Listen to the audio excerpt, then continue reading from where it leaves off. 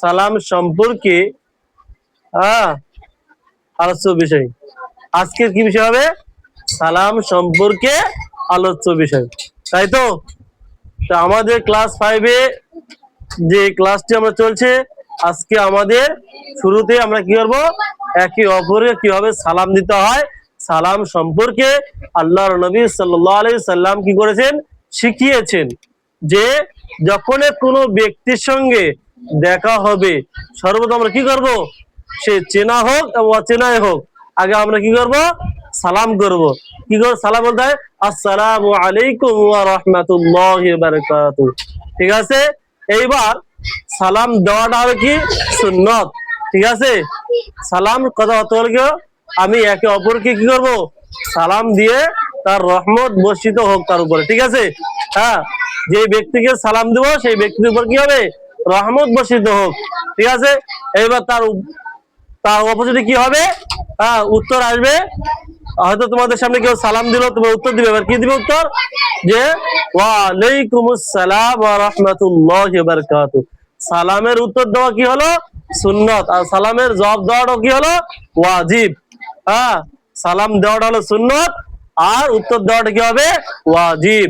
তাহলে আমরা বুঝতে পারছি যে সালাম দেওয়াটা সুন্নত, এখানে নেকি আছে, এবং উত্তর দেওয়াটাও কি হবে, নেকি আছে, সেটা ওয়াজিব। ঠিক আছে? যদি আমি সালাম দেওয়ার সময় যদি আমি করি না, কি করি, আমি সালামের উত্তর দিলাম না, তাহলে আমি কি হবো, গুনাহগার হয়ে যাব। তা আমাদের কি হতে হবে, সালাম যখনই শুনবো তখনই আমি উত্তর দিব। সে চেনা হোক কেউ অচেনাই হোক, কেউ আমার আত্মীয় হোক বা যাই হোক। ঠিক আছে?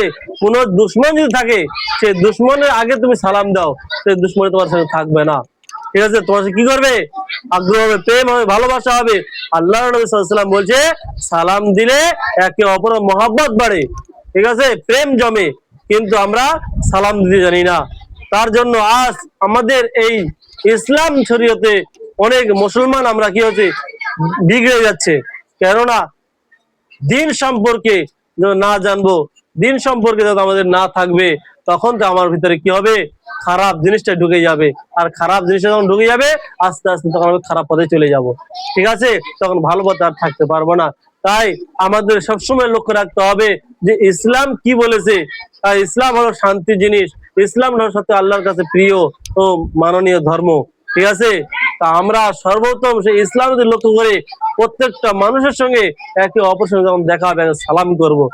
সে আমার দুশ্মন হোক, কে আমার কেউ হোক, সে দেখে লাভ নাই, আমাকে দেখতে হবে, সালাম দিতে হবে। কারণ একটা সালাম যখন পৌঁছাতে পারি, তাহলে কি ৭০টা নেকি পাবো। তো ৭০ কেন ছাড়বো বলো? তো সেই সালামের দিকে লক্ষ্য রেখে আমরা উত্তর দিব। এবং আমার দুশ্মনও যদি ভাবে থাকে কেউ, ভাবুক না, আমি সালাম দিব। সালাম দিলে মহব্বত জমবে, ভালোবাসা জমবে, প্রেম জমবে, তবে আমাদের কি ইসলাম জিন্দা হবে। ঠিক আছে? তারপরে কি করবো, সালাম দেওয়ার পরে হাতে মুসাফা করবো। মুসাফা করলে কি দোয়া পড়তে হয়, ইয়াগফিরুল্লাহু লানা ওয়া লাকুম। কি বলতে হয়, হাতে হাতে জোড়ে সালাম দেওয়ার সময় কি দোয়া পড়তে হয়, ইয়াগফিরুল্লাহু লানা ওয়া লাকুম। ঠিক আছে? কি বলতে হবে, ইয়াগফিরুল্লাহু লানা ওয়া লাকুম। ঠিক আছে? আর আজকে তোমাদের পড়া এই চ্যাপ্টার থাকলো, যে আগামী দিন আমরা সালাম সম্পর্কেই পড়বো ইনশাআল্লাহ। আসসালামু আলাইকুম ওয়া রাহমাতুল্লাহ।